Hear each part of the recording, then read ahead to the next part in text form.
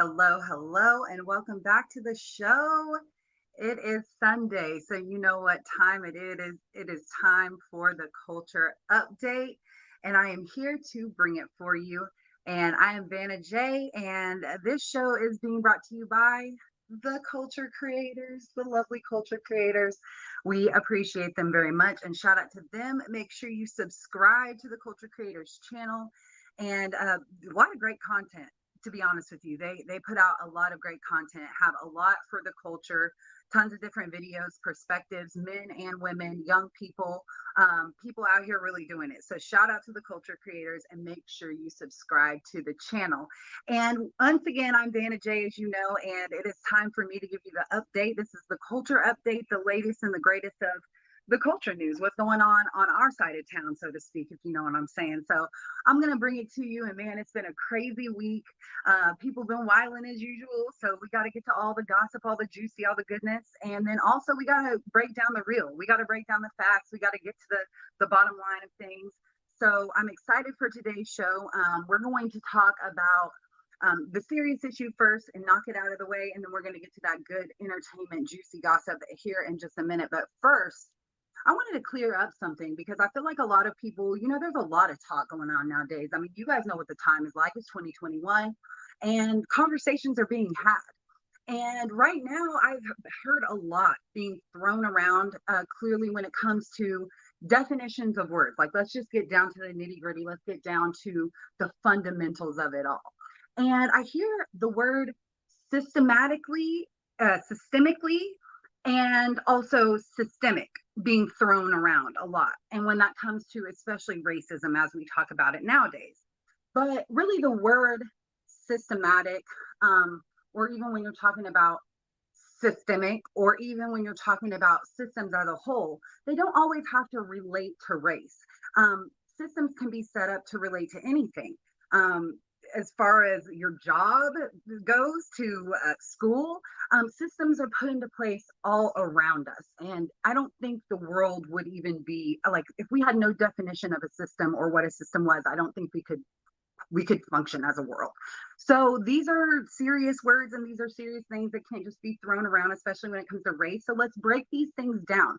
What is the difference between systemic and systematic? So let's just talk about that for a minute, because even though it seems like it should be a no-brainer, I think sometimes people just get lost in the sauce and they don't really know what people are talking about. And they hear these trigger words and they tend to just sort of shut off. So don't do that. It's not as complicated and difficult as it seems. It can really be broken down quite simply.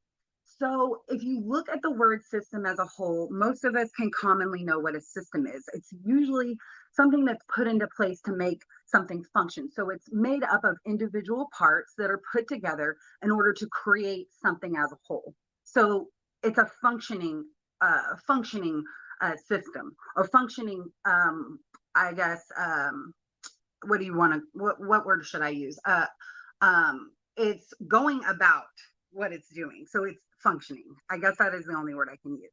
So when you look at a system as a whole and you break down systematic versus systemic, you look at systemic being a part of systematic.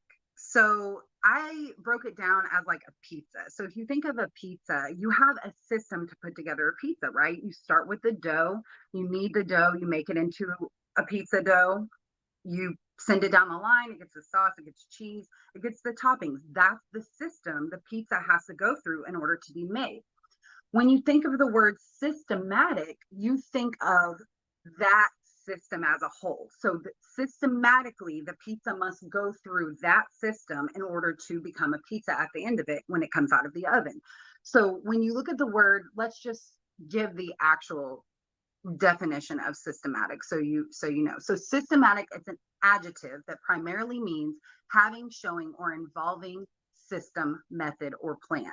So systematic is showing or having or involving system, method, or plan. So that's pretty easy to understand. So basically anything that's a system is automatically systematic because it is a system within itself. So then when we look at the word systemic, we look at systemic as part of the word systematic. So something has to be systematic in order to be systemic. So systemic is an adjective that means of or relating to a system. So think of it almost as like a part of that system. So if you took out adding on any ingredients at all to the pizza, that would be a systemic change to the systematic system as a whole. Does that make sense? So you need that systemic, whatever is happening systemically, you need that in order for the entire system to function. If at any part that part is doing something, then it's going to affect the entire system. So when we look at this and we apply this to race, now that we understand what systematic versus systemic, or systemic versus systematic, how those relate to each other, then we look at that involving race, you understand now why so many people are upset and angry, because think of all the systems that are put in place around us. Everything from the ground up. Okay, starting from, like, I don't know, start from the land run if you want to. From there up, systems have been being put in place, whether that be the police, whether that be the library, public systems, public access systems, education, jail, whatever that may be. These systems have been being thought of, put in place. When people quote unquote discovered America, which we all know what really happened there, ain't discovered jack, but let's just say, okay, when they got here, they started putting their own systems into place and said, okay, how are we going to make America, or how are we going to make a world of this, or how are we going to make this city or this town or this structure? We have to systematically make things work. Well, where were the Black people when all of those systems were being talked about, discussed, and put in place? They were in chains, they were enslaved, they were working for those people, deciding what systems were going to be put in place, right?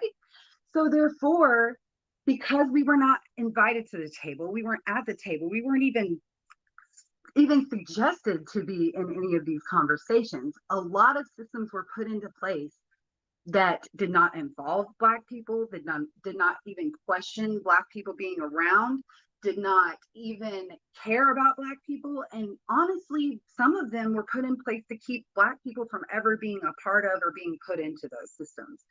So when that happens and we go years and years trucking through the system, and now all of a sudden we have all these laws coming out, Plessy versus Ferguson, Board of Education versus Brown, this versus that, going and going. This is Black people trying to change these systems put into place. We are taking, and some of them are just systemic changes that we are trying to make through the system to make them. So when we look at this as a whole, lots of things can be systematic. You can have systematic degradation. You can have systematic anger. You could have a lot of things can be systematic. But when you're talking about systematic racism, we're talking about racism being built into the system from the ground up and not being changed over time as widely and as quickly and as massively as it should be.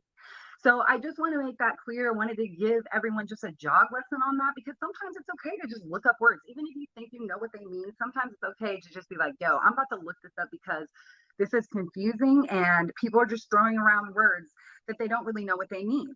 Now, if we want to make changes, these changes have to be made systematically, and they have to be systemic changes. They have to be lasting systemic changes in our systems. And a lot of people don't like the sound of that because they've been making a lot of money off of these systems that are already put into place. And they hear, you want to make changes to the bank? That's what they hear when you say you want to make systematic changes to the system. And they don't like that very much. So they're very closed-minded when it comes to things like reimagining police or reimagining school systems or education or thinking about adding things in. So just keep that in mind, that when we hear the word systemic or systematic, that we're remembering exactly what it means. And we're remembering that, yes, These things have been put into place in order to exist within a system, in order to keep a lot of Black people down for many and many of hundreds of years. And a lot of them haven't been changed. And that's why Black people are upset today and why they're angry and why they're mad. And it's just very important for people to understand that even though a lot of white people tell me things have changed, they're like, oh, look how far we've come. Things have changed. Look how well we've done. And that is very true. Things have come far if you look at it. But if you really look, how far have we really come? What changes could we really make? Think outside of the box. Be inventive. Be cognitive in your thinking, and really try to imagine a world where we could have better systems for everybody, whether that be the poor, whether that be the homeless, whether that be the single middle class families, single mother household families, single father household families. We could have it better for a lot of regular class people in this world, but systematic changes have to happen in order for us to get there. So keep that nugget in your mind and let me know what you think about that. Hit me up in the comment section right now. I mean, it's a deep conversation. We could go on. I got some dimes for y'all. I'm telling you, I'm getting to the good stuff. So let's jump over to the entertainment news for the day. There has been some juicy gossip going on in the Black culture world. Let's start off with Coco. Ice-T's wife. We're talking about Coco Austin. And yes, she has been in the news recently due to her daughter. So let's break down everything that's been going on. First, she went viral due to a picture that came out of her daughter that looked exactly like Ice-T. I mean, I think the internet went crazy for like 2 days talking about how much their daughter looks like Ice-T. But then the story got a little bit deeper. We dug into the lives of Coco and little Chanel, I believe her name is, the daughter, and found out that Coco, girl, this woman has still been breastfeeding this child. I believe the child is now 5 years old, which, ladies, I mean, I know we can have these discussions. We could talk about, all of this about breastfeeding, the whole thing. And everyone should already know how I feel about breastfeeding. I have other podcasts that talk about how I feel about breastfeeding. It's for I think you should try it at least. It's for a lot of women. However, there does come a time when we do need to discuss the weaning off of the breastfeeding. And when it comes to 5 years old, even when it comes to, I say, 3-year-old and above, you have to think about what your child is doing at that time. Your child is walking or running or playing outside at that age. Your child is most likely on solid foods at that age, which means they're eating pizza, they're eating hamburger, mashed potatoes and gravy, they're eating macaroni and cheese, and then they're coming in for an afternoon breast milk snack. I mean, think about the mouth of a child. Are you brushing your 5-year-old's teeth in the middle of the day before she, you know, I mean, you have to think of the hygiene of this situation. Oh, and let's go ahead and talk about hygiene, because speaking of hygiene, I don't think Coco's too concerned about that, because then after we found out that not only has she been breastfeeding her 5-year-old, she's also gone recently onto an interview stating that, quote, well, I don't shower every day. I do what's needed. My hair, I wash my hair every 4 days. Yeah, but when I'm feeling icky, I'll get in the shower. Whether that's every day, that may be, but that could be every 3 days. I kind of keep myself clean though. Like if I feel like my pits smell or something, I just like take some washcloths and some soap to it. I might not have to clean my whole body. End quote. So, with that entire quote coming from Coco in a recent interview she did, I'm just saying that I don't think hygiene and all of these things are the top of Coco's mind. Um, this is not the first superstar, whatever you want to call her, millionaire, I don't even know what she is, whatever, that has claimed to not take showers and baths. She, among other entertainers like Ashton Kutcher, and wife Mila Kunis, as well as Dax Shepard, which all you know, most of these are white people, as well as his wife Kristen Bell, Jake Gyllenhaal, and others have also revealed that they don't find it necessary to bathe daily, and several of them said that they wash when they feel dirty or they smell bad. Yeah, this is what we're dealing with. I mean, come on. I mean, yeah, I mean, I get it. Like, we're human. Like, sometimes we don't bathe every single day. I get that. I get that. But like, I could not imagine going through life and be like, when I smell my pits, like when I smell my butt, I'm gonna shower. Like, it shouldn't get to that point. Like, it shouldn't get to the point where you have to smell your own stink in order to realize that you need to jump in the bath. And by the way, this went viral. If you go to Black Twitter, there was a whole mess of Black folks talking about how nasty these white folks are for not bathing properly. They gave an entire Black tutorial on when and how to bathe, and even on the hoe bath as well. If you know what that means, you know what I'm talking about. So please, please let me know what you think about this. Coco, is she out of line? What about breastfeeding her 5-year-old? What about not bathing until she, quote, feels icky? What do you think? Drop me some comments. Let me know. I mean, it's just, I mean, to each his own, I guess, but I'm just going to make a mental note like, ooh, you a funky booty girl. I'm going to keep mental note of that. If I hear you out in Vegas somewhere, y'all might want to watch out because Coco might be thinking. All right, so let's move on to the next story, guys. We got to get to this issue about Tory Lanez. This is insane. Once again, Tory Lanez is making the news because of Megan Thee Stallion. Prosecutors have now filed a motion to revoke or possibly increase Tory Lanez's bail for violating Megan Thee Stallion's protective order. Yeah, if you remember, I believe it was like maybe 6, 8 months ago, however long it was, maybe it was a year ago when he shot her in the foot. Yeah, that's basically what this is all about. It's all coming back to still haunt him to this day. He's still facing charges over that whole situation. And there was a protective order that had been put in place in order to keep him away from her. And he violated that protective order. So let me just read you a brief little clip of what went down. Prosecutors are claiming that Tory was within 100 yards of Megan Thee Stallion at a festival. Excuse me, this was a Rolling Loud performance that she had alongside the baby, which, if you know, if you watch the last couple of, if you watch the last culture update episode, you know the baby was in, and is still in some hot water right now. So you know how that's going to go. So this is all according to TMZ. They've revealed all of this in a recent motion filed. So getting back to it, so he was within 100 yards of her at this festival, which violates her protective order. And additionally, a source also told TMZ that prosecutors think that both Tory and the baby attempted to rush the stage during Megan Thee Stallion's performance. Whew. So once again, the baby, what are you doing? And once again, Tory, why are, like, if you know you have a protective order, why would, and you know Megan Thee Stallion's performing at this, why would you even be there? Why would you even go?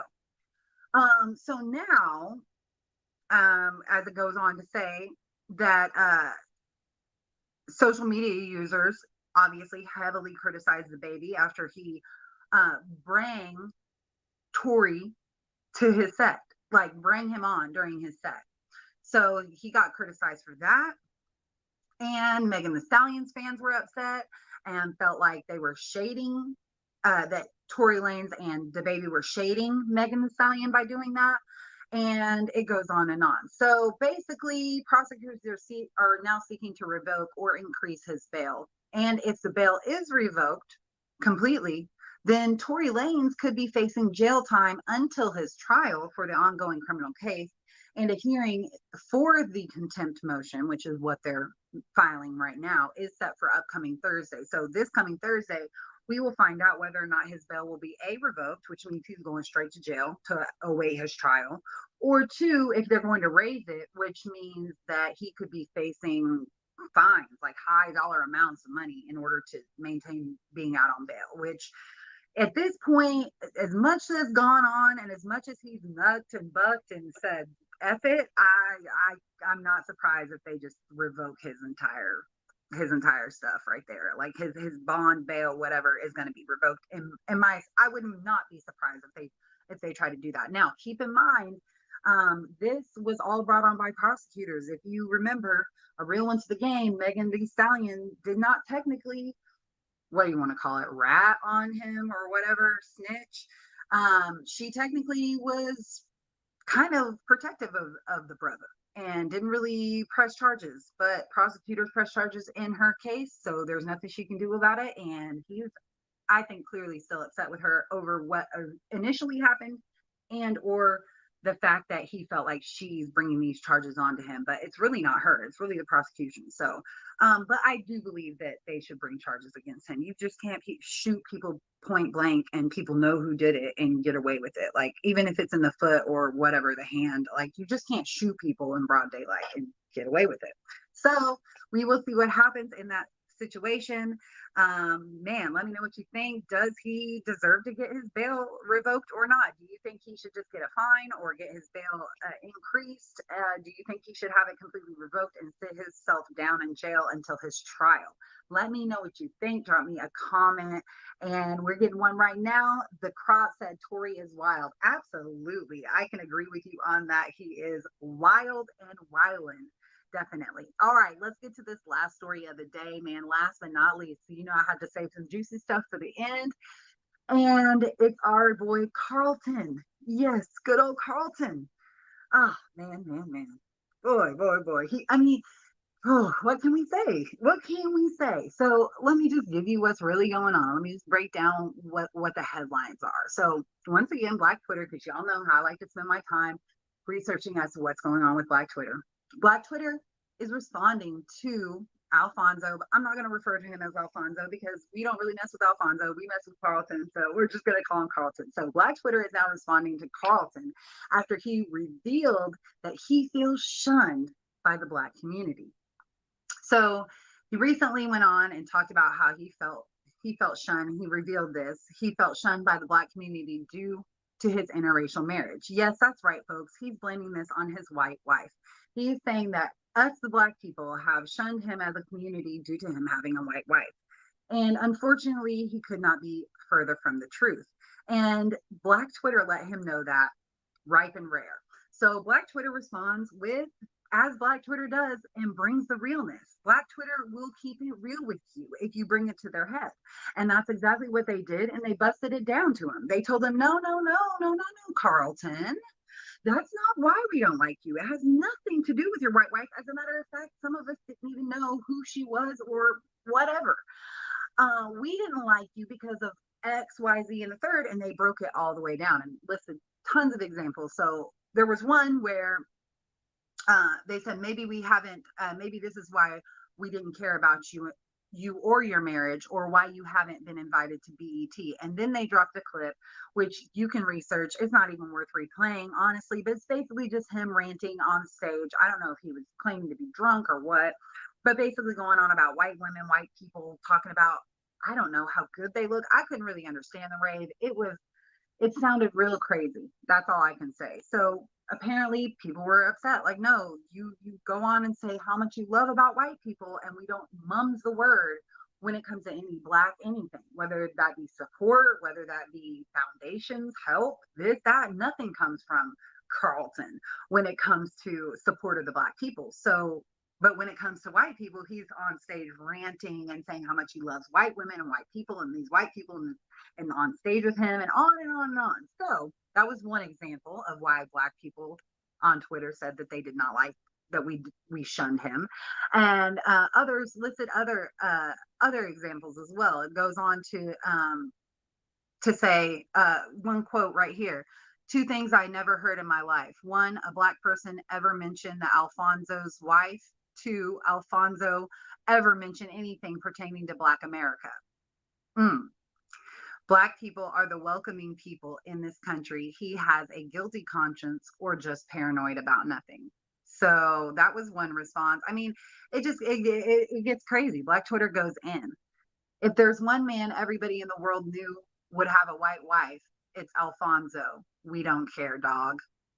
Comedy hype news. That's hilarious. Yeah, so there's tons on here.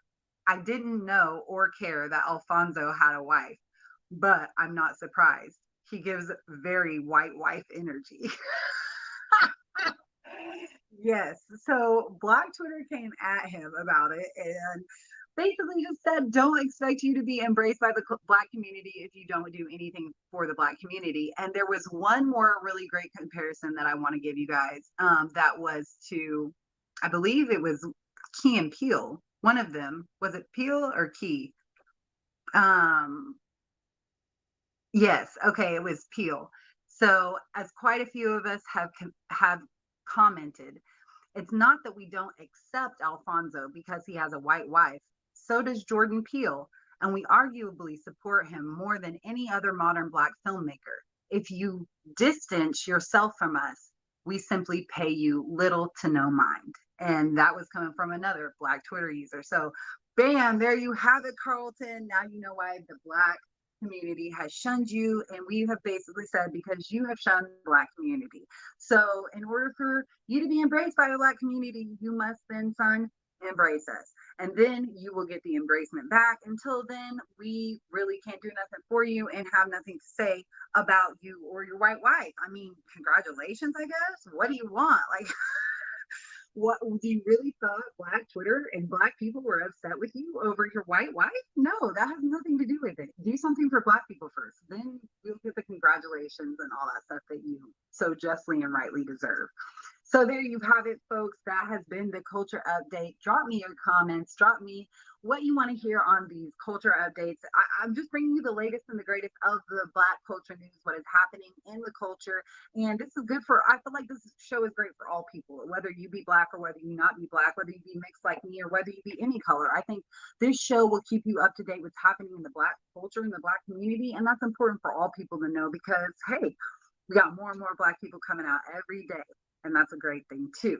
So be sure you subscribe. Thank you for tuning in with me once again. And make sure you tune in on next Sunday. I'm going to bring you a whole nother live news show at 7 p.m. Central, as always. And you can also check me on Facebook, check the pages, Facebook, Twitter, Instagram, and also make sure, once again, you subscribe. Thanks again, guys. And I will see you next time. Stay safe out in them streets. Peace.